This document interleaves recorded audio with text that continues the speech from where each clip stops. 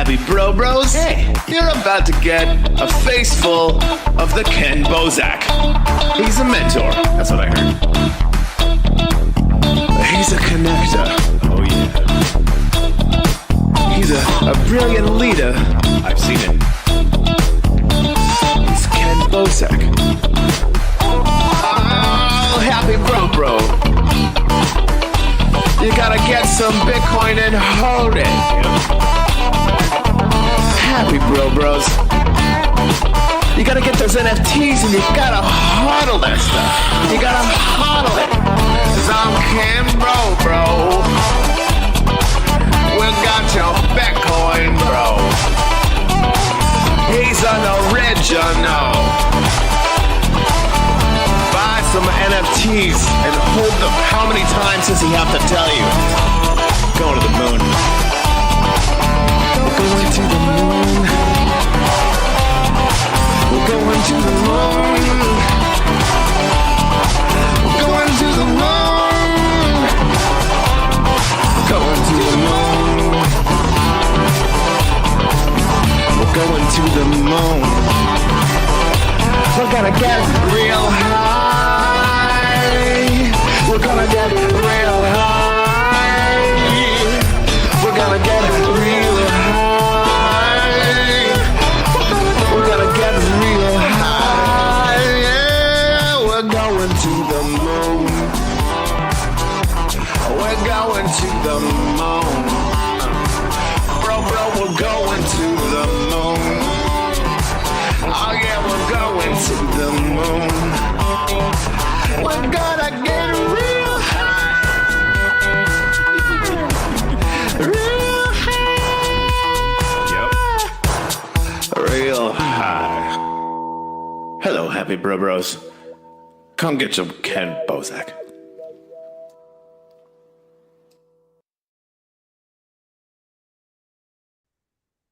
And we're live, bros. How goes it? I'm here with my co-host, Russell Kors. How goes it? And our guest today, Jeff Crane. Again, how goes it? We're back, baby. Good to see you guys. Look at that hair, Russell. Holy cow, I love that hair. Yeah, it's getting there. Well, I'm back in the cold, so I need the insulation. Don't never not have hair. Like, dude, that's a blessing, man. There's a lot of bald people walking around really jealous of you. Yes, from your lips to God's ears. Yeah, I think I was checking out my dreads the other day. I woke up because, I was laying in bed or whatever, and I woke up and I broke one of my dreads getting out of bed because it was under my shoulder. And I was like, oh, yeah, I guess it is long enough that, like, eventually I'll be sitting on it, so I have to be careful. Yeah. And I was, like, looking at my dreads, and I'm like, oh, man, if I'm not careful, I'm going to, like, rip all of my hair because I'm starting to see the weight of it being pulled all the time. So it's like, it looks like it's thinning, but it's not because, like, I have stray hairs growing out because I'm ripping it and breaking it. I got to start taking care of this. Like, the dreads no maintenance phase is over. I got to get into the dreads high maintenance phase. Bro, you know what that reminds me of? Is Matthew Hoyos, our main videographer out of Miami, right? Crypto, he's the drone king. He's out there doing videos of all these freaking iguanas freaking frozen, falling out of trees. Yeah. So your dreads are like these little iguanas that are like freaking snapping off. I was living in Miami for a while and I didn't know anything about chilly day iguana raining warnings. But like if it's a chilly day, be careful walking under trees because it will rain iguanas on a chilly day in Miami. You just see like a 2 or 3 foot iguana just and it won't move. It looks dead, but it's not. The next day when the sun comes out and it's all warm, you'll see him walking around climbing the same tree just fell out of. But yeah, let's get into this, man. So me and Russell, we're here, not another Bitcoin podcast. We're going to be talking to our guest, Jeff, about NFT the movie. The circus is in town. It's at nftthemovie.com, as well as what is Project Digital Poster Co. That's at digitalposterco.com. You can see that in the title or in the description of the show.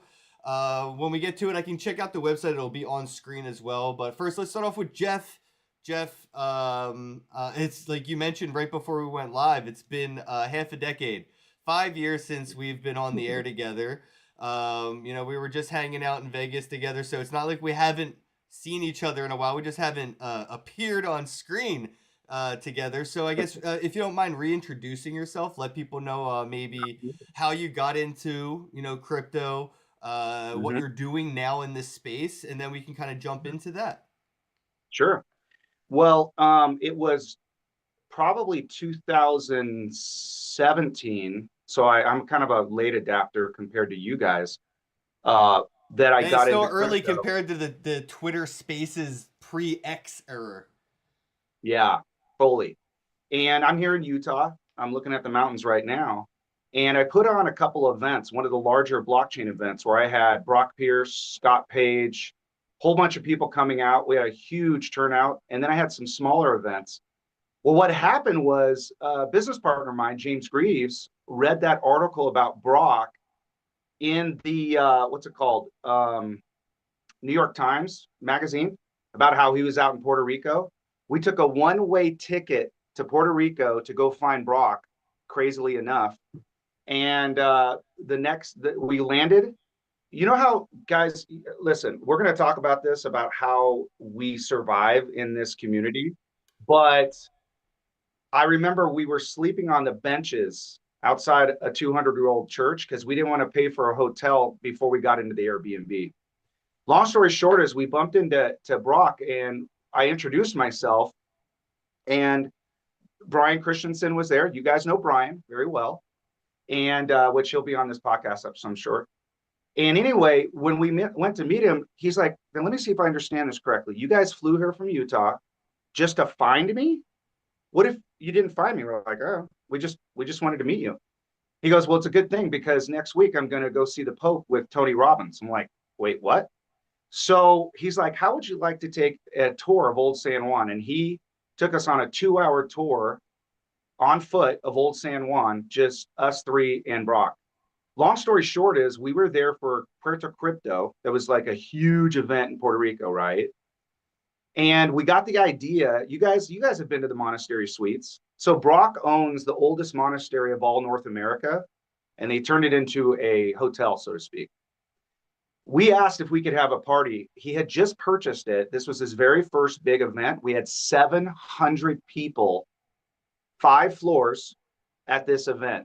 Yeah. And because he was letting us run this and he was next to us with all his DNA guys, Scott Page and a whole bunch of Scott Walker, not Page. Everybody knew us.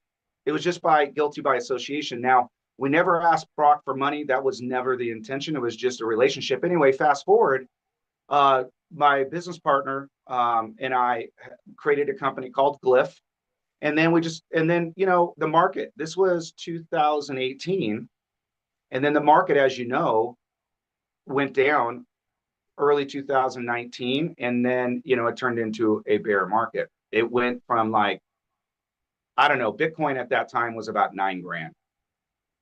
So anyway, long story short is I went back to Utah, but I fell in love with Puerto Rico. And by the way, we did hang out in Vegas, but if you remember, right, we were in Puerto Rico, not this December, but the previous December.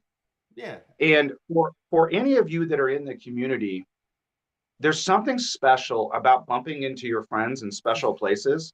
It's almost as if, it sounds morbid, but it's almost as if you've died and gone to heaven, and then there's people waiting with you with open arms. I want to, before I go any further, because I can be verbose, Russell, tell me one of the highlights, include the car. What happened in the car one day? Well, definitely the three of us and Brian had an evening adventure that none of us will ever forget, and missed It was a small the movie. off ramp. Yeah, it was like The Hangover. It was like an yeah. A24. It was like a comedy horror movie because it almost felt like it was never gonna end. Yeah. We missed the same off ramp like 3 separate times, know, 3. and that one crazy roundabout. We nailed it on the 4th shot, though. Yeah, that's right. If you guys are ever in Miramar, isn't that what it is? What's the name of the city that we were in there? It was like Condado area in San Juan, and we kept going in this loop. And I think Ken at one point's like, "I can't handle it anymore. It felt like we were on a spaceship or something like that. And I'm like, I'm just along for the ride, man. It was like it was a 15-minute ride that turned into an hour and 15 minutes. Bro, gringos in Puerto Rico in their roads have massive potholes. I had a car out there in Puerto Rico in 2018. The suspension was shot. Anyway, let me fast forward. So what happened was, and I think I remember telling you guys this 5 years ago, Ken. I can't believe it's been 5 years, but what happened was I was in Puerto Rico in February of 2021. I was there for Crypto Mondays and a whole bunch of other fun stuff. And I heard about this NFT thing. Now, I'd been all to the events that you guys have been, but for some reason I had missed the boat. I am so slow. I'm always the last one to figure things out. And I had this huge amount of FOMO. Like, I felt cheated. I was like, wait a minute, what's going on? I've been here the whole time. And everybody was talking about NFTs. As a matter of fact, my friend had just purchased NFT.com and was partnering with a whole bunch of people. And so in the new world, especially the internet age, when you come up with an idea, Ken, what's the very first thing you do? If you're like, dude, I want to do this business, what's the first thing you purchase? The domain. Domain. So I used to own a company. I've got about 18 businesses under my belt, and I used to own a company called homeclassifieds.com. And I thought, I wonder if NFTclassifieds.com is available. And so I went to GoDaddy. It was available, $12.17. Now, Russell, what time of the morning or night do people tend to buy these domain names?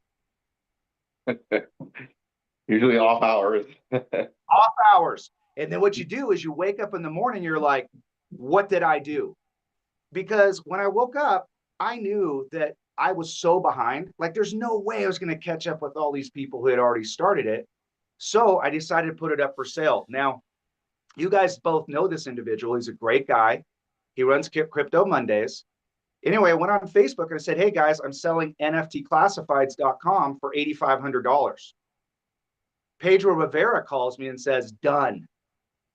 That's how I started my movie. I started it with $12.17. I grabbed a buddy of mine who does all the videos for The Killers. Imagine Dragons, and he does documentaries. And I said, bro, let me pay you. Let's go do some interviews because I'm going to make a movie. I've never done a movie before. I can barely spell the name. And we went to Brittany Kaiser and Matt McGibbon's place in Austin. Now, you both know Brittany and Matt very well. Much love to both of them. Yeah, right? Of course. So what had happened was I was the director of Brock Pierce's presidential campaign in 2020, and Brittany ran the entire campaign global or for the United States. So we hit it off. So she's like, look, Jeff, I'm pregnant. You better get here because I'm not doing any more interviews in a week or two. I'm like, done. So we get on the plane, and I had booked the tickets. Don't let me ever book any tickets. Miriam, my executive assistant and also partner in Digital Poster Co., she's the CEO, would have got me there. But here's what happened. I bought the tickets, but they had a connecting flight from Dallas, from like Fort Worth to like Austin. I don't know where it was, but wherever we landed, it was in Austin. And as we landed, I'm like, bro, I didn't have my connecting ticket. I don't know where it went. And I totally spaced it. So we took an Uber for 2.5 hours for $250. And halfway there, I'm like, oh, I have my connecting ticket. I mean, you can't make this crap up. Anyway, we get to Matt and Brittany's, and I'll make this short and move on. She was beautiful, pregnant, just about ready to have Orion, whom you guys, we met. Remember we met Orion and we went to their place in Puerto Rico? Yeah. Of course. Yeah, the view was a spectacular, dude. I was at they had the telescope or whatever. That's a great place. And so I didn't know what I was doing. So I was watching Danny film and I was doing interviews. And then it dawned on me. I said, wait, before we stop, Brittany, will you look into the camera and speak to Orion? And so I have video of Orion or Matt and Brittany speaking to Orion, who hadn't been born yet. And that will be in the movie. Can you imagine? I would have loved, you imagine having one of your parents like talking to you in a movie and with all the love? I mean, you guys are going to cry like freaking wussies when you see this. Anyway, fast forward, I then bumped into Ken. And Ken, I don't know how I met you. Do you know how we met? I don't recall exactly how we met, but I remember you reaching out to me. You wanted to like pay me to like do something or something. Yeah. I was like, I was like, you don't have to pay me, dude. Just like, let's talk, ask me questions or whatever. That's what it was, because I didn't know how to make That was movies. right before shitcoin. Yes. So that's right, bro. Like I'm just getting the chills. Like right there, bro. Here's why I love you, Ken. Here's what people need to understand. This is so very important. There's a difference between relationship and transaction. Nobody on this line right here are transactional people, or else we would be on a mountain with 15 cars and a whole bunch of other stuff I won't mention. Anyway, I remember contacting you and you're like, dude, you don't need to pay me. I'm like, wait, what? Because the real world, that's how they work. But this community, so very different. And so he goes, why don't you just come on my podcast? I'm like, sweet. We were talking about shitcoin. And I'm like, now at the time, and you guys have seen it, I purchased this used, I flip cars. I've bought and sold about 80 cars in the last 16 years. I bought this 1997. It's in NFTthemovie.com's website somewhere, but I bought a 97 Z3 BMW convertible and I wrapped it with NFTthemovie.com. Now, everybody on this line has some sort of neurodivergence. We're half crazy. We've got a little anxiety, but I didn't think twice. I thought, you know what I'll do? I'll pack up my freaking car and I'll drive from Utah to shitcoin. Now, because this is PG-13, I'm not going to tell you exactly what happened, but I'm going to tell you that I got lost about 500 miles on my way to go to shitcoin. By the time I got home, I put 6,800 miles on that trip. Anyway, I show up at shitcoin and I go, it's at Wynwood, right? Right, guys? Mm-hmm.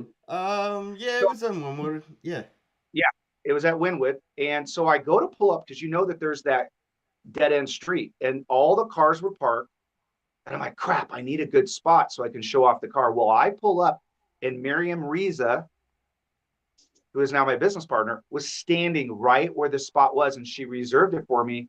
We took a picture. That's how we met. And I went into shitcoin. The very first person I met was Miguel Celis, Miggy. Shout out to Miggy. I love you, Miggy. He had the biggest smile, right? He had the biggest smile, so welcome. He's like, come on in. Now, I had flown in Sean Uwagwin. You guys all know Sean, to be my videographer until Danny, the original videographer, came in the next day. So, or later that day. So we start filming. You gave us carte blanche access. Matter of fact, Ken, I really wish I had brought this. I still have the yellow piece of paper with the shitcoin logo and all of the schedule. And it had NFT the movie, and we were in a panel. Anyway, long story short is he filmed that day, and when he had to go home. So when he went home, about a week later, he goes to a Jazz basketball game, leaves his freaking camera in the car with all the stuff, gets his equipment stolen, and all my interviews are gone. Now, luckily, I had, nobody knows, dude.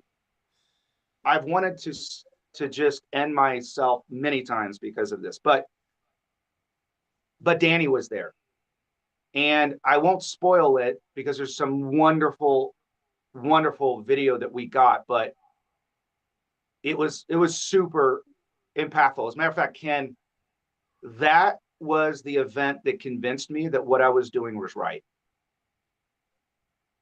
Thank you. The Fentons, did you guys remember the Fentons, the two boys, Jonathan and Nathaniel, and his dad, Mark? They were really young. Oh, yeah, the fam. Yeah. The fam.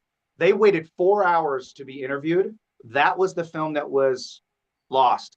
We had to do another interview at another time.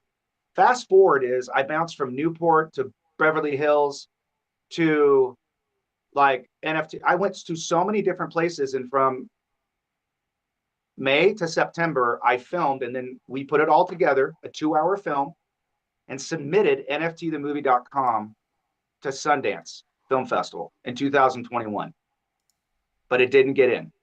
And actually, I'm grateful, because if you guys remember, there was no arc at the end of 2021. It was still doing this. It didn't start doing this till 2022 and 23. So I decided, okay, let's get back on that circus train and let's film another film. So I created a film at another shitcoin event that you had, Holmes, which was the Magic City Ape DAO. Those guys had come in and sponsored your event. Remember that? Yeah, I love those guys. I really appreciate the support. Great guys. So that because was community on community support type shit right there. Oh, Yeah. and that's really what this movie is about, is this weird collaboration and stacking of all the help. It's like, you know what it's like? It's like going to a state and bumping into a cousin. Like every single place you went, you had a cousin or a brother or a mother or a father. Anyway, long story short is we created a film called the Magic City Ape DAO documentary. It was a 22-minute movie. And the reason we did 22 is because that's the limit for Netflix if you want to get in. Okay. And it was about these Bored Apes, 72 people who bought Bored Apes, 1 to 2 or 3. And in the interview, they were at $450,000 at the time. By the time I did a red carpet showing here in Salt Lake, December of 22, I'm pretty sure they were at about $75,000. And in the movie, I'm interviewing one of the guys who was a janitor before he bought his Bored Ape. And I said, don't you want to sell it? He's like, never, I'm never going to sell it. I'm like, bro, are you sure you don't want to sell it? So I finally kind of got the arc, but the movie was kind of made like a YouTube style movie. And I didn't want to release it publicly because with people, and I'm going to pause for a second, and I feel like I'm just running on. People who are neurodivergent, ADHD, or on the spectrum, I'm on the spectrum and have ADHD. First of all, they forget what they're talking about, and I just forgot. What was I just saying? What were you just talking about? You ended one thing, and we're about to start another. So you were about to start. I did that. So shoot. Okay. So shitcoin. Well, we could start with Magic City Ape NFT. Let me finish that part. Magic City Ape DAO. So here what happened. So I'm like, I don't want everybody to see that. I want to go back and start filming again and keep. Now you have to understand, guys, in that first film, I had so much film that I didn't use. And we also had film from the Magic City Ape DAO. And I thought, I'm not even close to done yet. So I went back out, and off and on, I've been filming for the last 5 years. So I'll pause right there. That's a lot of footage. So we're at NFT the movie. The circus is in town now. Yes. The circus has come to town. I have the video on the website here. Let me see if I can bring that up for the audience. Let me go ahead and play this. How long of a video is this? 54 seconds. So yeah. There you go. They can see it now. I'm the crypto clown. Not so much of an acrobat.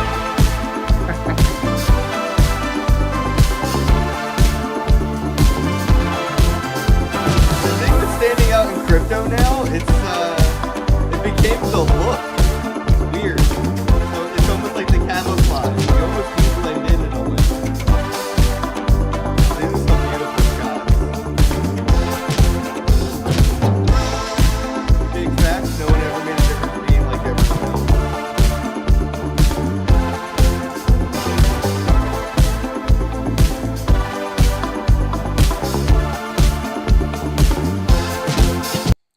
All right, there you go. You can check it out on NFTthemovie.com. So, what is the circus is in town?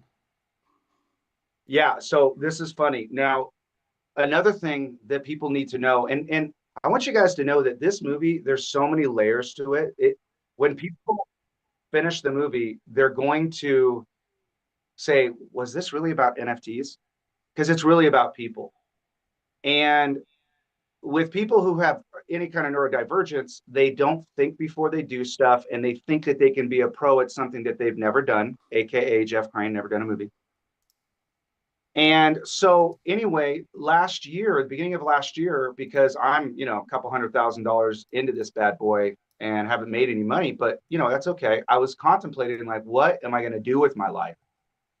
And so I was communicating, and you both know them very well, with Cameron and Jody at NFT NYC. Yep. Big fans of NFT NYC. Cameron and Jody, dude, I swear to God, I tell this every time I hear his name. Jody is me. I found a time machine in the future. I went back in time and I put together a dope ass NFT conference, and I call myself Jody now. Somehow the hair got lost, because we know Jody's is bald as it's a time machine bug. They haven't fixed that issue in the time traveling thing, man.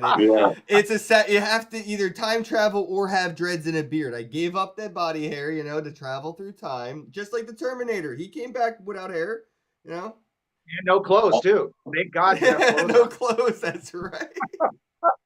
What do you think, Russell? What's your thoughts on NFT NYC? Yeah, no, I like the idea of like no air getting through the machine, so you come out bald as the day you were born. Well, what's your feeling about NFT NYC, Russell? Yeah, I mean, it's what I love is the best memories I have of the several times that we all met up in New York for the conference is hanging out in New York, walking around Times Square, eating pizza in the hotel lobby, just sharing an 8-bedroom Airbnb in Brooklyn. It's so being in New York City just embellishes the whole experience. And I love Times Square. I just love the energy, the grittiness. It's that you get the full range of human emotion. It's one of the few places in North America that's not like glossed over and all antiseptic and made for an image. It's alive in a way that not many other places are, and so always great to hang out with all you guys in New York City. And it's like Miami to a degree. They were a little early too. NFT NYC, they were early to the NFTs, like, giving a shit game. And I know the last few years haven't been the best few years for NFT NYC. You know what I mean? Like the event space. But I just think that's because NFTs in general grew to a more prominent dominance, and that just brings in bad actors like everything else. But while it was niche, while it was still small and unprofitable, NFT NYC was fucking amazing, man, because it was just people trying to do cool shit. And then, the NFT things took off in 2020, 2021, 22, whatever. The last few years, I will say it has been a potential grift show, just for people to be aware, like there's a lot more grifters out there. So like the booths that you see at NFT NYC, you probably won't see them there next year. Like we saw them every year. They were always there, the same ones. Now it's just kind of a pop-up, pump and dump kind of a vibe thing. And I know they got a bad rep for the past 2 years, but I don't think you can hold them personally accountable for like, the amount of, dominance that NFTs have in general now.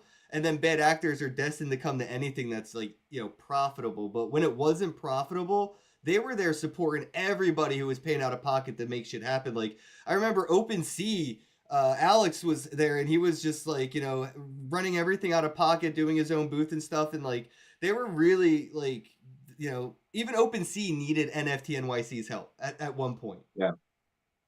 It's amazing to think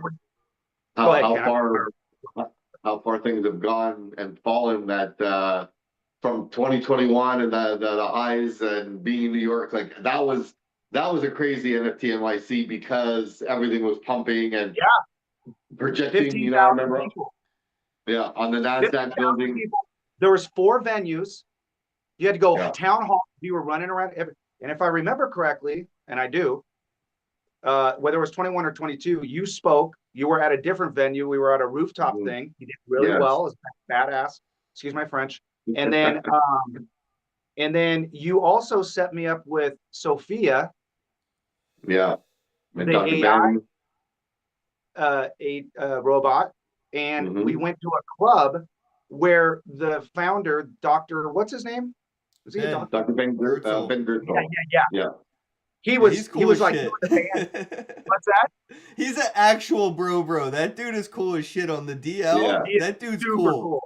He is very cool. Zero pretense, man. Just so super bro. Anyway, he had Sophia up there, if you remember, Russell, because you're the one that got me in there, and we filmed it. And she's like playing in the band while he's doing his thing. And I'm just like, no, it was actually Desdemona. So Sophia has two sisters, Grace, who is a healthcare robot, and Desdemona, which is the musical robot. But yes, basically what was amazing, and I have the video from on my phone, is Dr. Ben playing the keyboards and Desdemona doing like spoken word beat poetry, like it's just the most amazing, like off the top of her head, completely generated by AI. And this is going back 5 years, which is a lifetime now in AI. Certainly wouldn't seem that impressive today, but at the time blew all of our minds. I'm glad you mentioned that. Things that are super innovative, when there's not noise, have attention. And I think what we do as human beings sometimes is we trade one exciting thing for another. And that's why online dating is a horrible idea, because people just trade one person for another, because why do they have to stick around? They just go find somebody else. Anyway, NFT NYC, you guys know this, but they created NFT NYC 10 years ago this year. This is their 10-year anniversary. Oh, wow. Because they created Cred, K-R-E-D, their platform. Not the biggest fan of Cred, but I do love that is like a byproduct. Like the NFT NYC is a byproduct of Cred. But I will just say I'm not the biggest fan of Cred. Because it was mainly an Ethereum NFT platform at the time, and it was just cost inefficient to really be moving around like a hat. Yeah, I know. But I'm saying like at the time when I was like, that's why I was big on Wax. Wax was there early too. Like it was OP skins. They were doing NFTs before NFTs were NFTs. But anyway, I was looking at Cred. I'm like, oh, cool. I got like a hat from the conference, but I'm like, I'm not going to transfer that ever. Like, that's not worth the gas. And then all the other, but I do love Cred. It's just, I wasn't a fan of it personally. That's why I never really used it. Oh, I understand. And, and so they created the event space to promote Cred, because there were no events 10 years ago. Genius. Like, totally genius, bro. But the problem is, it's not a problem, but what the funny part is, if you asked 85% of the people who went to NFT NYC what Cred was, they had no idea. I know. Right? Yeah. But everybody got Cred NFTs that went. They did. Yeah, as a matter of fact, there were some CryptoPunks, I'm pretty sure, in 2018, 17. Anyway, they were giving away NFTs. Again, I couldn't even spell NFT. I didn't even know what the heck any of that was. And so, NFT NYC. I love. New York's a funny place. I'm from LA, but it's a different kind of city. Oh yeah. No, you want to hear funny NFT NYC New York story, dude? I was there. I think 3 years ago now, or something. I was there with Miggy, and we're at NFT NYC, bro. It's 3 floors. But the one floor was like coat check, so technically it was 2 floors. And weren't we there to get that? Were we there for Asboria? That was like 2+ years ago. Yeah, I think so. Right. Yeah. So, but no, that would have been the year. But after that, because maybe were you there with me and Miggy when LimeWire rugged NFT NYC? Because that was funny. Me and Miggy were walking around, and there's a LimeWire booth, like the pirating software, music stealing platform, and it's like all their swag, and it says LimeWire, and the very first booth, as soon as you walk in, that's the first thing you see. But like halfway through the first day, they just left and there was like a piece of paper on their booth with their bill as an invoice, and it said unpaid. And so like LimeWire basically scammed NFT NYC. They didn't pay for the booth, they didn't pay for anything. They just like got their invoice, saw it, and were like, all right, we're out, and they left. That's awesome. I wish I had caught that. That would have been fun to put in the movie. But you know, New York, it's so great because, you know, there's so much, it's so fun, like Russell was talking about. You know what I mean? And it's all walking distance, and everybody's kind of together. But when it comes to I want to mention something that's so super important, and we started with you, Ken. To me, it's about the relationships. And I got to know Cameron, and I got to know Jody, and how I even went to NFT NYC in the first place, which was years ago, was Brian Christensen. He's like, hey man, I'm going to NFT NYC. I'm like, I don't even know what that is. He goes, dude, if you're doing your movie, you need to go. I'm like, okay, can you get me on stage? Because, you know, why not ask? So we contacted Cameron. And of course, I don't know if you guys know this, but there's been 5,000 speakers over the last 9 years. Of course, this will be 10 years on their stages. 5,000. And you remember, you know how they put those NFTs on Times Square? Mm-hmm. They've lost. One year they spent $500,000.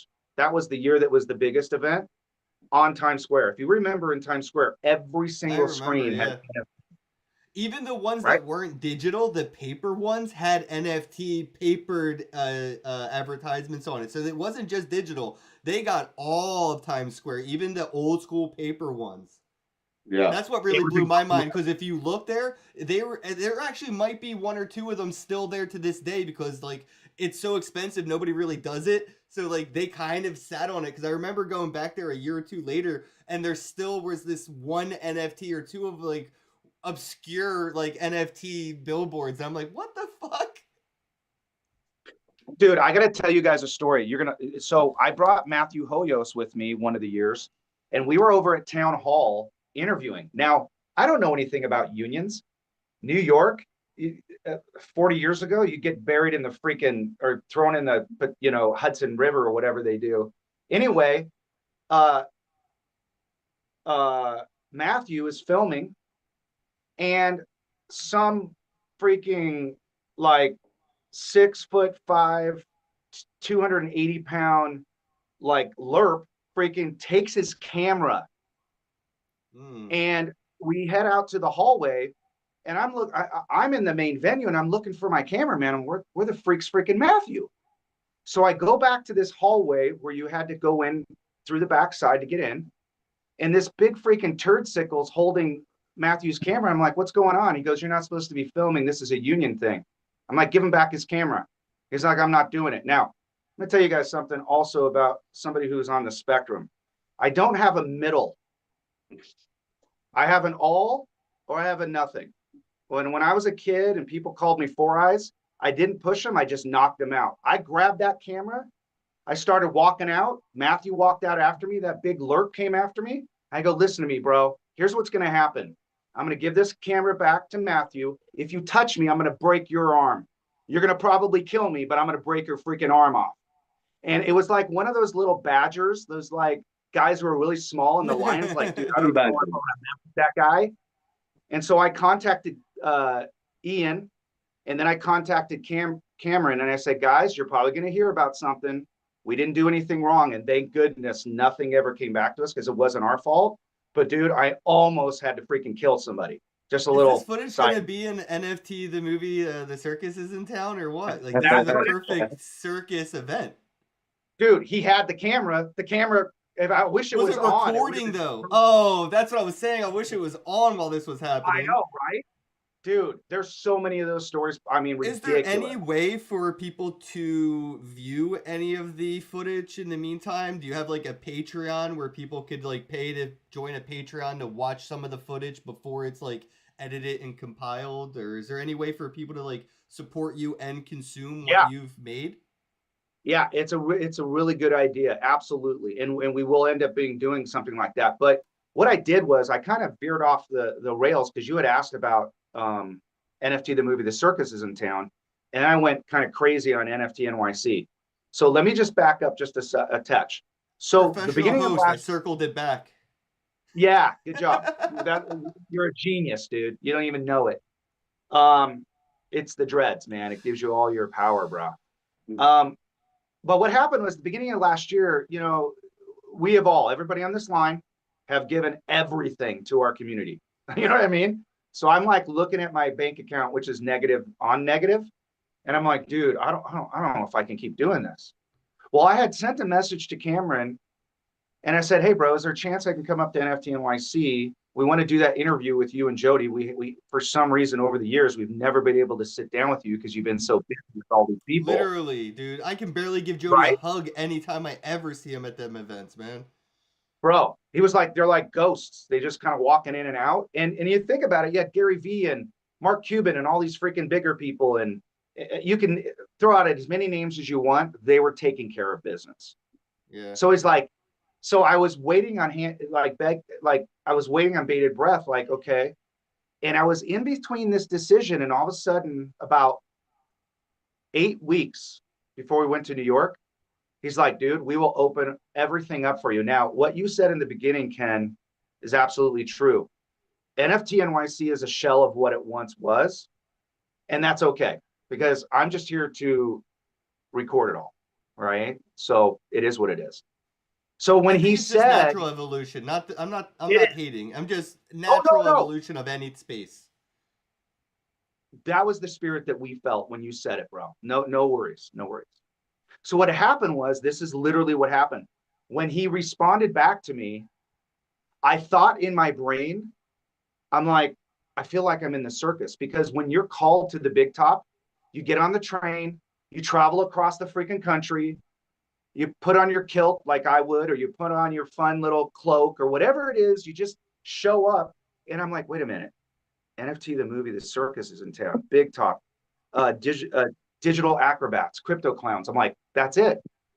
So when we showed up, we started interviewing these people like we typically do. And you know how it is. So Heidi and Josh, whom both you guys love dearly, right?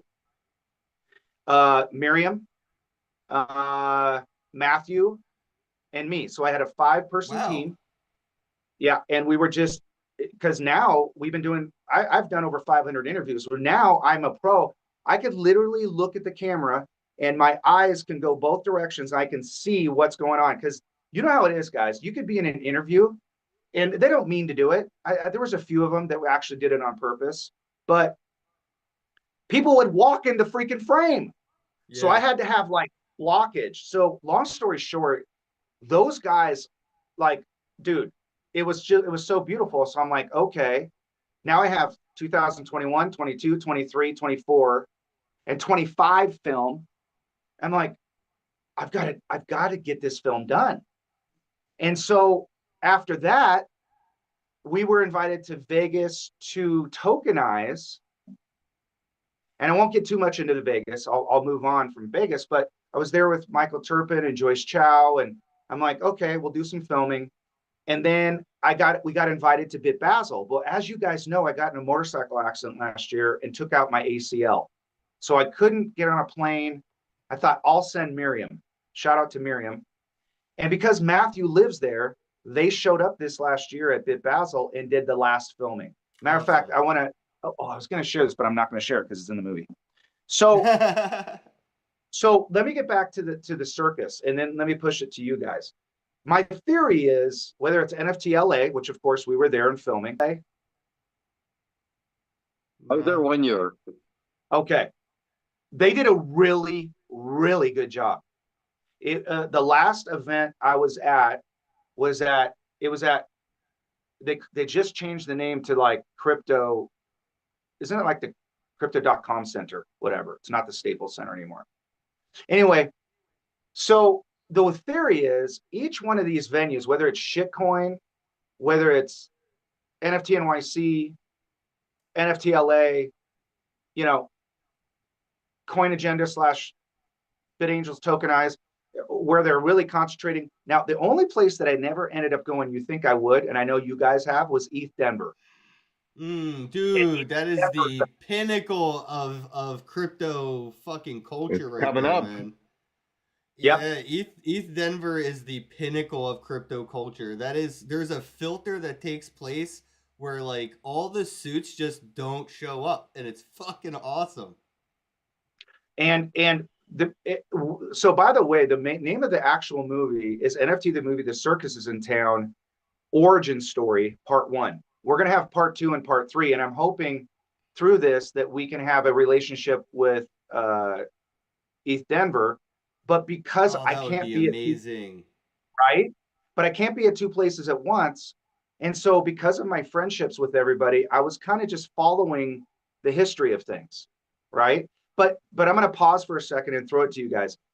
In the big top, if we're circus goers, you have you have circus goers who are just the looky loos, right? You have the ringmasters, and there's multiple ringmasters. You have the digital acrobats and the crypto clowns and the jugglers and all these people. But when you go into that tent, do you not feel welcome when you walk in, no matter what you look like? Yeah. You felt welcome. Whether I interviewed whole families with children who were doing NFTs. I interviewed people who were sleeping. Dude, I'm going to tell you a tiny story, and I hope it doesn't embarrass him. John Stokes. We all know John Stokes. Great guy, funny guy, highly intelligent. He told me one time at one of the events, he didn't have a place to sleep. So he went into the ballroom that had tablecloths and slept under one of the tables one night. That's my bro. Respect. Right? That sounds like John. And when you're in the circus, and you know this, Ken, like one year you were going to NFT NYC, you're like, dude, I've been all around the world. I don't know if I can go. And they flew you out. I think they put you up in a hotel. If you needed food, you have the pizza down. If you needed a bed to sleep on, you had a bed to sleep on. And so it's kind of like carnies, but circus, the people who come into that circus who perform, and remember, it's us that create the community. If we didn't show up and get on stage and perform and provide the products, they wouldn't have anything. It's like an online dating site I used to own. If you don't have single people, you don't have an online dating site, right? Right. And so the theory is you get on this train, you pack it in, you go out and you hang out. And then looks like Russell's bouncing around there.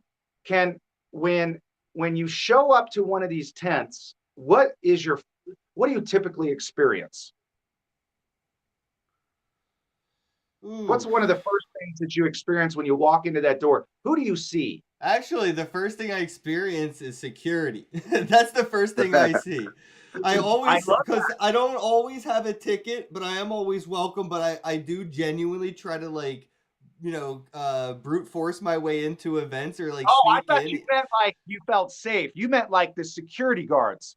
Yeah, like security guards. Yeah, exactly. I noticed those guys. That's the first thing I notice at any crypto event is like, what kind of, do they look professional? Are they the kind of security that would like really look at the vape pen and be like, you can't bring the weed vape in here? Like, I have to eye them and suss them out and to figure out how much stuff, where do I have to hide what? Do I have to go in the back with like a tray in my arms like I work here, or like, so that's the first thing I notice at a crypto event is security guards and how am I getting in. But outside of that, though, once I'm in, honestly, it's just the familiarness of it all. Like, you know everybody, but you're not sure who's who. You're like, you know everybody, but you don't know who's who until you go up and say hi and be like, oh shit, you're Walrus 9000 or whatever, right? Yeah. Like, you're the Turtle Master, bro. It's me, Ken. Like, you've been in the chat forever. Like, so you realize like you know everybody without knowing you know them, and there's some level of comfort to that where you can just assume, I bet I know that guy, but I don't know his username. Because they may not dox her. They may not even tell you who they are online. So now you know them, but you know two of them. You know them online, and you know them in real life. So the first the thing that really stands out for me, and we're talking interesting that we were just talking about ETH Denver, but the ETH Denver would have been 2 years ago now. Was the first show that we all went together with Miggy, Forrest Voria, and Jeff. This was like Ken's basically resurrection after a couple of years of falling off the face of the earth and not responding to. And what I loved was we showed up on the floor of the show, and it's packed, and it's a big conference center, and there's booths everywhere, tons of people. And I purposely would be walking. Ken, of course, is dressed up in his typical garb, as you can imagine, and I was walking like 5-10 feet behind him, and I would just watch other people notice him and like do a double take, like, wait, was that Ken? Like, really, for real, in the flesh? Like, I haven't heard from him in like 2 or 3 years. And it was like one person after the other, and then of course they would run up to him and say hi, and have a Right? reunion. And it was just so beautiful to watch, like so many people that were waiting to see Ken again. We're so happy to see him again. Bro, I need to, Ken, I'm almost going to cry. Bro, you're a special dude. I've seen the same. My teachers freaking- always told me that. Yeah. What? My teachers right. always told me that. Yeah, you're a special guy. Is that before or after they gave you the helmet? For the special needs class. No, but seriously, dude, like you could leave and go to an island for 10 years, come back, and people would be like, "Oh my gosh, where have you been?" There's something about Ken and Russell. I love you, but there's something about Ken. You don't have to apologize. Ken is No, special for sure.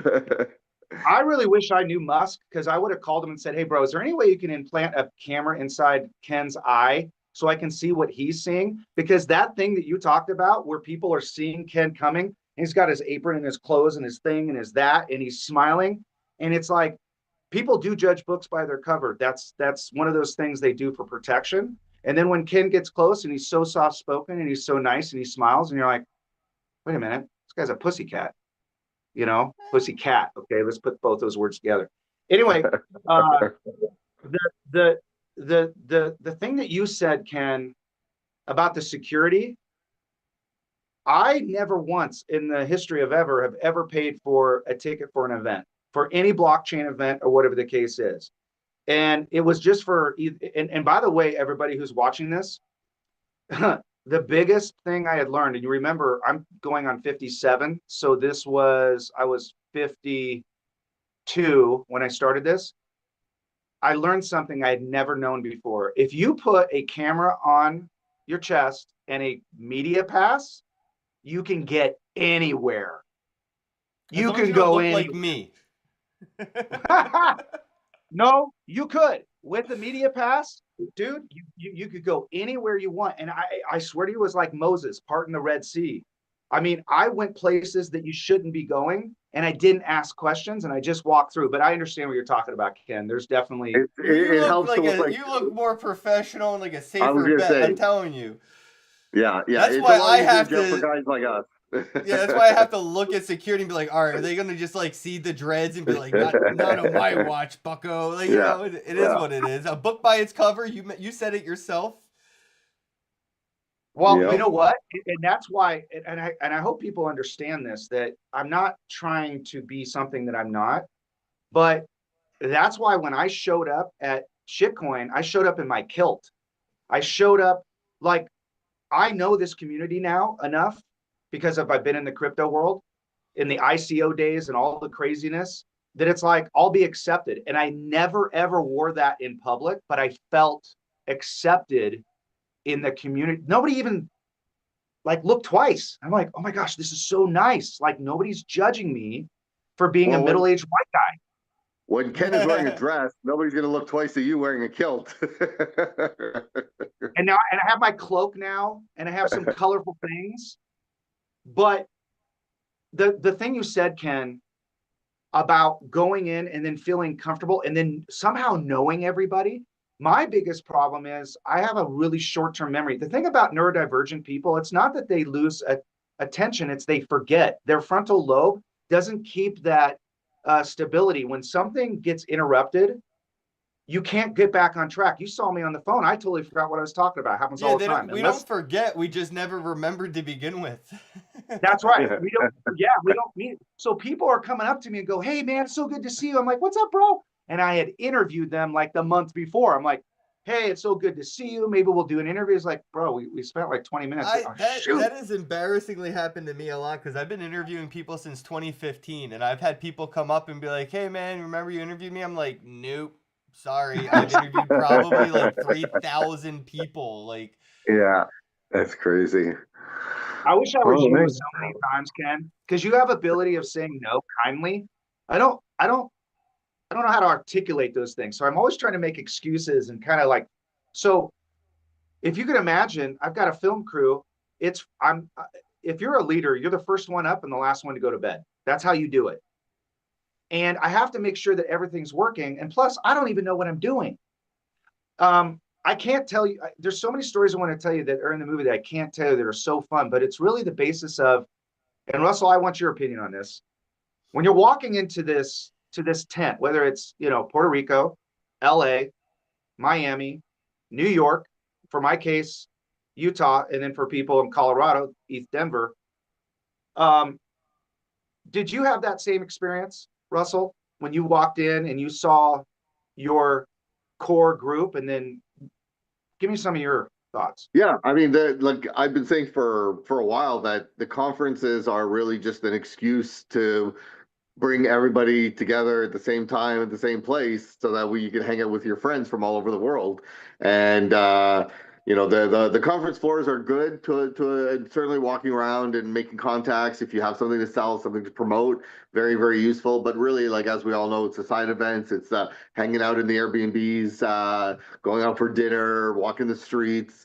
That's where the conferences are at, and seeing everybody, you show up and you just see like so many people from, like you said, from all over. Michael and Joyce and Wayne and Miggy, of course, and just Corey, and the list goes on and on and on. And it's just it's too bad that when you have to pay for it yourself, you can't go to the mall, unfortunately. But they're all great fun. So. yeah, you know what? And There's a pizza Dell and there's all these other yeah, Dells. There's a blunt Dell. We need a conference Dell. we need a conference now. Guys, I unfortunately have another call. I have to jump off at the top of the hour, but I'll see you guys tomorrow, or I'll see you at least Ken tomorrow, and Jeff, we'll talk very soon. And thank you very All right. much. Ken and Take I will care. keep going. Yeah, for I sure. guess we could wrap it up, Jeff, with Digital Poster Co. You're rocking the T, Yeah. How does Digital Poster Co. relate to NFTthemovie.com? NFT the movie, The Circus is in Town. How does Digital Poster Co. come out of that? Thanks for asking. So what happened was, let me give you the origin story on this. How old are you again, Ken, if I may ask? 37. Okay, you weren't alive at the time, but in 1977, I was 8 years old, and that's when Star Wars came out. Okay, I saw it in the theaters. I ditched the last day of school, $3.25 with my buddy Tommy Skinner in La Mirada, California. And I remember that ship like flying overhead and the room shaking, and we were all looking at each other like, what just happened? Well, in 2021, as I was thinking about all this stuff, I was like, what can I do that's a little bit different? And I thought, what if George Lucas had called Andy Warhol and said, hey, man, will you do me a favor and put some art together and of Darth Vader or whatever it is that you represent, you want to think about Star Wars, and we'll slap on the logo? Dude, those things would be worth so much money. And it's a timestamp and a collaboration. And those two people shouldn't even been in the same room, but somehow they would get together. So I thought, why don't I do digital movie posters? I'll talk to my friends who have art and they're filmmakers or they're photographers, crypto, whatever it is, sculptors. And why don't I do a partnership with them? We'll create a digital movie poster and then we'll slap on our logo. We'll put it in the movie. And then imagine right now, because Ken, you're probably seeing me where there's a little picture of me in the corner. Imagine, let me tell you a story. We did an interview with a gentleman by the name of Houston at NFT NYC last year. He and his mother, Katie. He has Down's syndrome, and he's such a lovely young man. He's a photographer. He's been to all 50 states and 30 plus countries. And he just loves to take pictures. And so we did an interview with him. He's such a sweet young man. And after the interview, I said, I'd like to invite you to join our digital poster program. And they're like, what's that? And I said, just send us some photos of what you're doing here in New York. we'll pick the best photo that you like, and we'll throw on a logo, and we'll do a partnership. And so they did. They got stuck at Grand Central Station for 3 hours waiting for a train. And so Houston took some photos, and the photo he submitted to us, which I don't believe is on nftthemovie.com, but it will be in the NFT the movie, The Circus is in Town, is this beautiful picture of Grand Central Station. And you see at the bottom two little characters, a dad and a son holding hands. And Houston saw that, and it reminded him of his dad. He goes, that's the poster that I want. And so we put the logo on. He got it approved. And so now in the movie, when we're interviewing him, on the right-hand side, what's going to pop up is that poster. And every interview that we have, and we have over 50 poster partners, and you're one of them. You have actually 2 posters. You're one of very few people who have 2 because of I don't want to cry because I will. Ken, I wouldn't be sitting here, bro, if you had said something different that day. If you had said, yeah, send me $10,000, or if you had come off a little bit different, but because you were so giving, I'm like, oh my gosh, is this how everybody is? And the long and the short of it is, if we want to support people within the movie, the thing that they can do is they can buy that digital poster. So what I decided to do is, because we all have businesses within business, and I wanted to keep the movie separate, I created Digital Poster Co., which if you go to nftthemovie.com, you'll see some of those posters as you scroll down, some of the old school posters, some of the new posters. And NFT the movie, The Circus is in Town origin story, is talking about the first movie, a little bit of the Dow, and peppering it with a whole bunch of stuff. We'll have over 60 digital movie posters. Scott Page, right, who plays for Pink Floyd, Michael and Joyce and Brock. I mean, the list goes on and on. And there are people who look, but when we watch movies or we watch a video, we want to feel like either we're part of the community or we associate to the person who's on screen. And that's why we fall in love with celebrities, because we have some sort of affinity. Either we want to be them or we admire them, whatever. In our movie, we're putting these digital movie posters because we want to show the world, look, man, NFTs aren't just technically a collectible. And so here's my argument, and I'm going to pass it back to you. The argument is, Gone with the Wind is about 100 years old. In that movie, they had sets. And if you were able to get one of the candlesticks that was on the table while Lauren Bacall was in that thing, that candlestick's worth about $50,000 to $75,000. What we are doing is we're creating provenance. We're creating a pedigree with this movie. This movie will live forever, digitally, forever and ever, as long as the lights are on.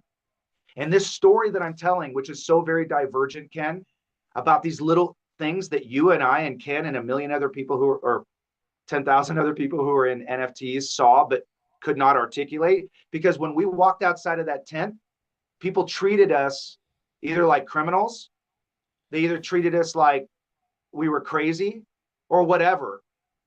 And I want to be able to tell that story, and we're doing it through one of the mechanisms.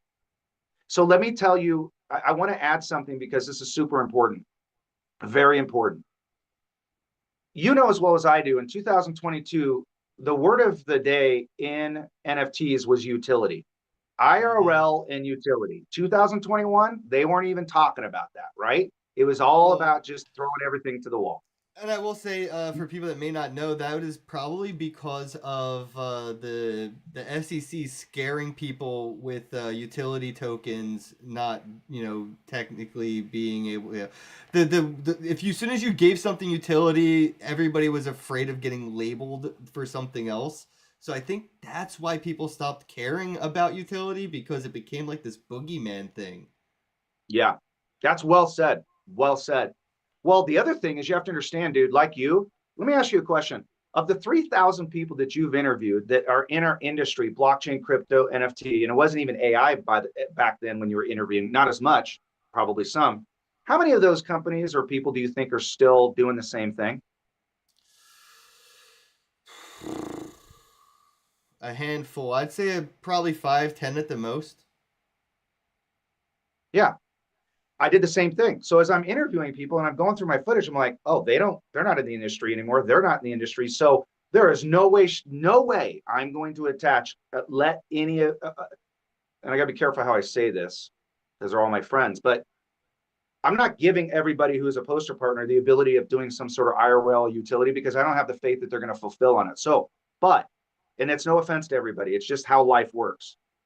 But we do have utility in some of these because we want to show the world, Ken, an example of what you can do with it. So a friend of ours, his name's Joe, we just found out he has colon cancer. Now, when we were in New York last year, we didn't know that. We interviewed him, and I wish I had brought it with me. I'm really short-sighted, my apologies, but he has a deck of cards, and it's a game. It's kind of like a magic game.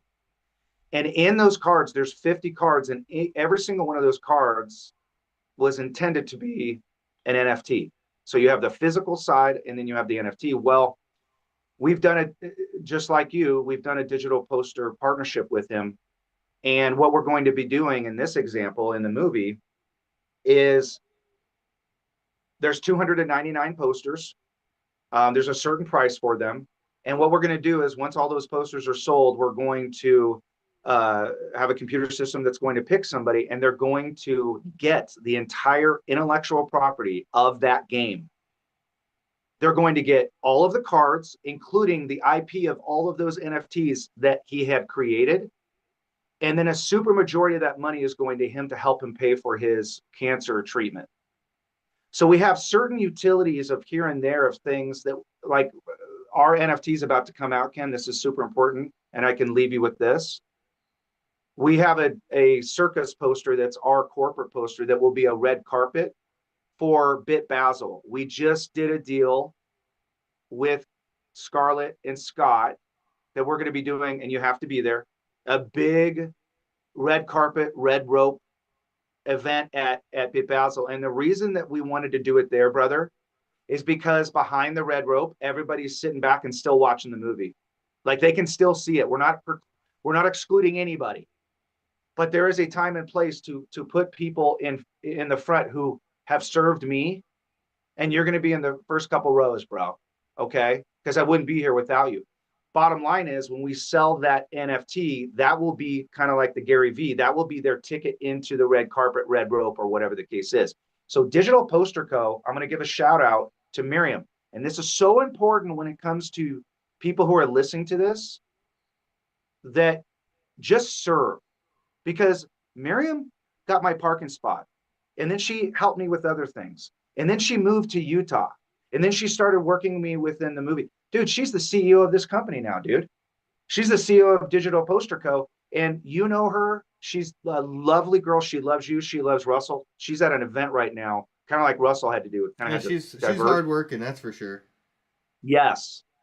And so Digital Poster Co. is going to live on after this movie. We're not thinking for a second, bro. If you give me like 2 more minutes, I'll explain this. We're not thinking for a second that you should put 50 freaking posters in a movie. And you shouldn't even put them right next to the person who's interviewing it. The only reason we're doing that is to show the world, because we're talking about it.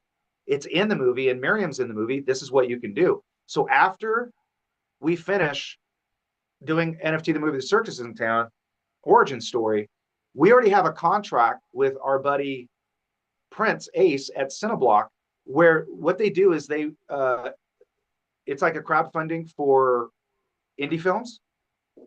We're going to be helping them with their posters. So imagine a guy is like a gal. She's like, I want to do a little mini short, and it only cost me $5,000. Because, dude, with AI, you can do stuff with $5,000 that you couldn't do with $250,000. Yep. So what they're going to do is we're going to create a digital movie poster for them with all their little characters, and they can pre-sell that to help fund their movie. It's not an investment. It's an investment to the people who buy the posters, just kind of like the Andy Warhol, but it's not, I'm selling ownership. This is a way for them to raise money. So we're taking this, not I, but Miriam and I and the team are taking this to mainstream so that one day Brad Pitt, I always use this example because everybody loves Brad Pitt, is on his 5,500th movie, and it's about some sort of spaceship, and he's got his spacesuit on, and he's got his hand on the space vehicle. And at the bottom, at the end of the movie, it says 1 of 500 digital pictures with a QR code. They go to the place, they're $500 a piece, and they've just brought in $250,000. This will be the future of movies. Now, there's companies out there who do little QR codes that put AR and VR inside that poster. There's a whole bunch of stuff. I don't care about that right now. As a matter of fact, there's an organization in California that does it. They're fabulous. I think the guy's name's Rob. But the bottom line, Ken, is that this was a way for us to give back to our community, because we give 50 to 70% of all of the money that's sold from the poster. There's a little taken off because we are on cred, because you have to remember, this is part of the whole story. Why not use their service? And they've been fabulous for us, instead of some outside service. Everybody can use OpenSea. There's nothing wrong with that. But we want to be able to show things that other people don't know. And so the key ingredient is utility, which makes it totally worth it using cred. You know, it's totally worth it when there's like high utility. And that's the thing. Not a lot of people were caring about utility. No, I mean, and what's cool is this is, I mean, sort of like, you said cred, you know, but how NFT NYC is sort of like a proof of concept for cred, where they can go, you know, we gave out hat NFTs, people redeemed the NFTs, they got the hats, that's what cred does, and they use NFT NYC as a proof of concept. Digital Poster Co. is basically going to be able to do the same thing with NFT the movie, The Circus is in Town, as a proof of concept for what other people in the entertainment industry could do with Digital Poster Co. Totally makes sense. Like, I don't know if you remember this, but AMC actually were the first motherfuckers to do NFTs in the movie industry. Spider-Man. If you were one of the few people that went to go see Spider-Man, you got these NFTs from AMC. It was like when GameStop was doing, you know, well in the stocks, and Wall Street Bets was doing that stuff, and AMC was like, we're going to be NFT. But they didn't have any utility. Like, it wasn't like you could go hang out with Spider-Man, or they could even have reached out to like Ubisoft or some kind of game developer and said, hey, if we give you some money from our movie sales, the people that we give these NFTs, could you help us provide utility? Like maybe give them an in-game character to play with in one of the games. That utility alone would have made the NFT from that movie so much more valuable, outside of just being like a nostalgic digital stub. Like, you're not doing digital stubs, you're doing digital posters, which have utility. You know, it's going to be able to say like, oh, what you get with that poster? Oh, I got this with it, or it can do this with it. Right. And I got an NFT, I got a digital poster, and now I own an entire license to a game. Yeah.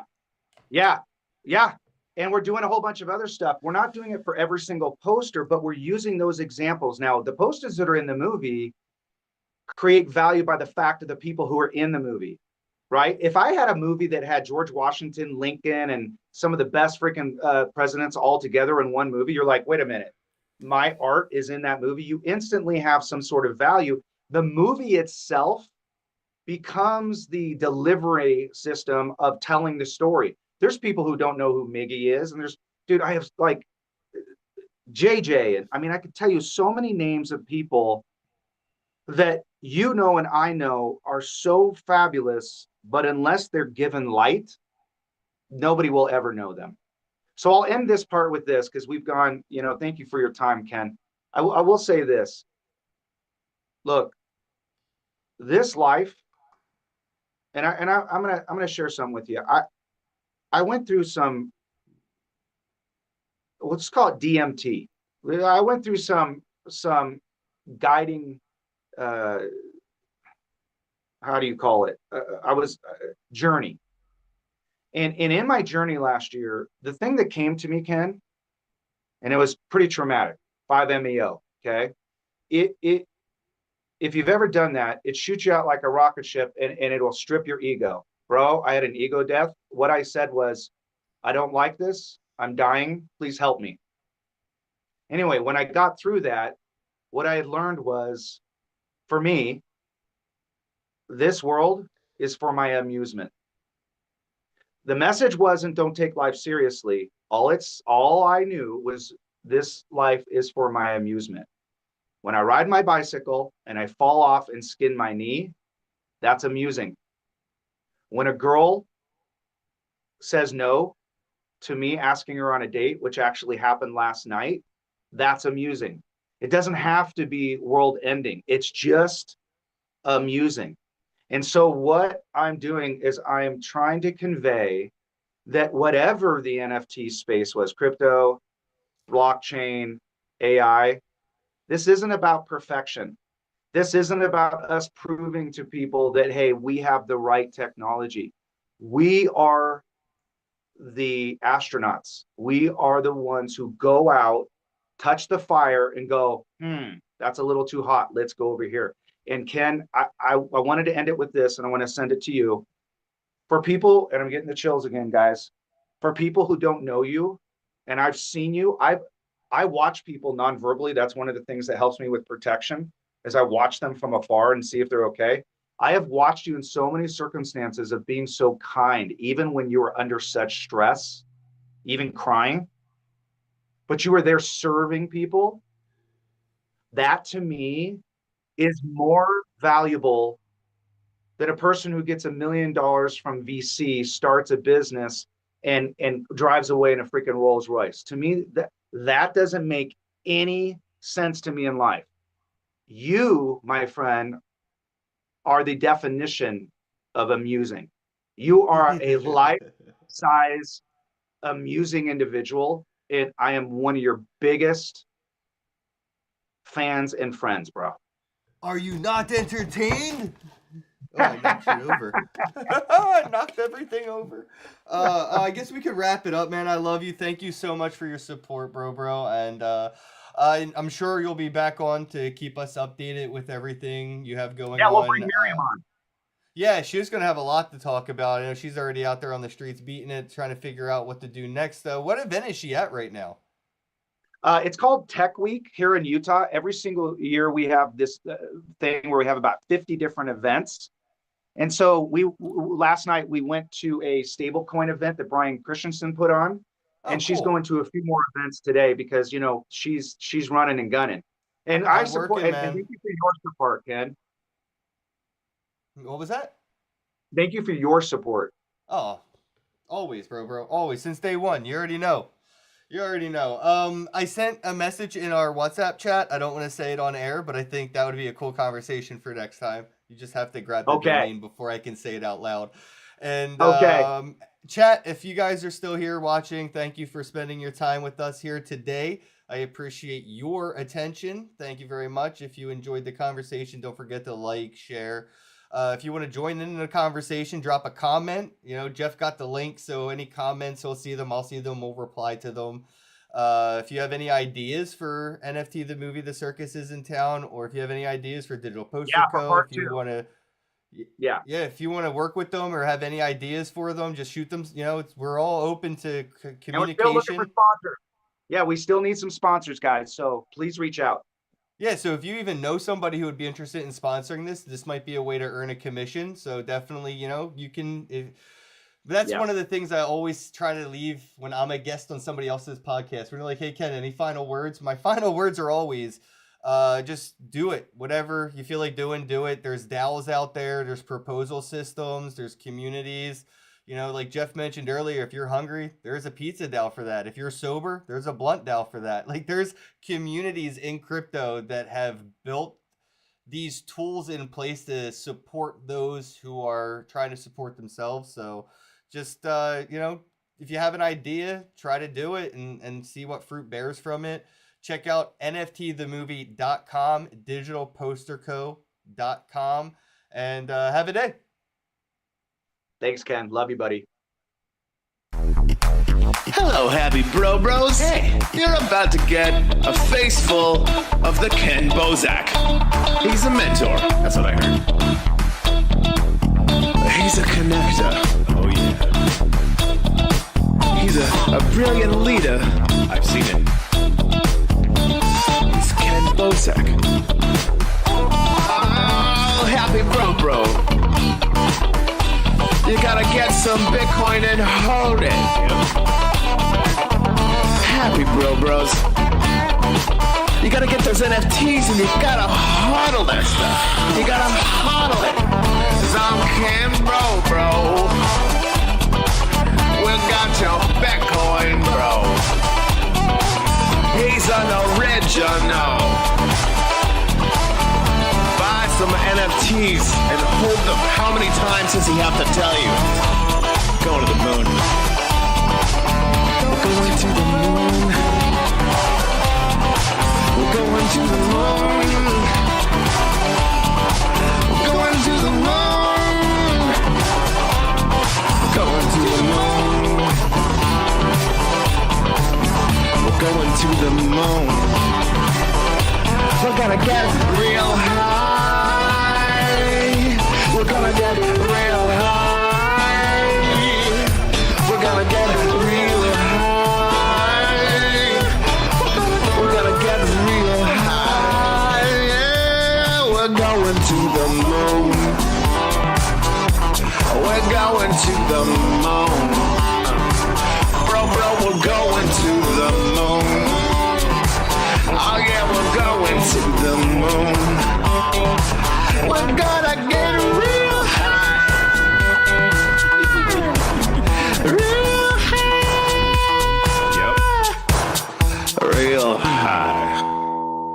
Hello, happy bros. Come get some Ken Bozak.